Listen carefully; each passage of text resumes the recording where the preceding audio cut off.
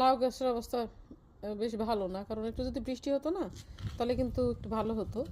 লাউ আছে গাছে, কিন্তু যে এই গাছের পাতাগুলো একদম নষ্ট হয়ে গেছে।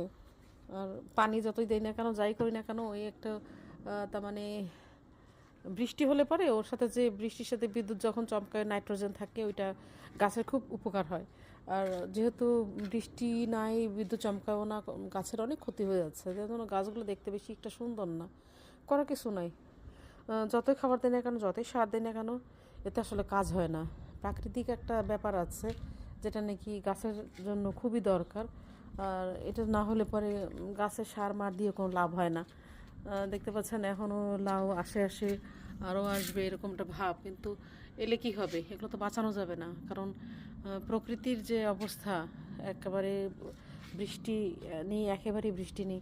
তারপরে যে অনেক লাভ হয়েছে, এটা অনেক বেশি। দেখেন এখন লাউ গাছের অবস্থা খুব খারাপ।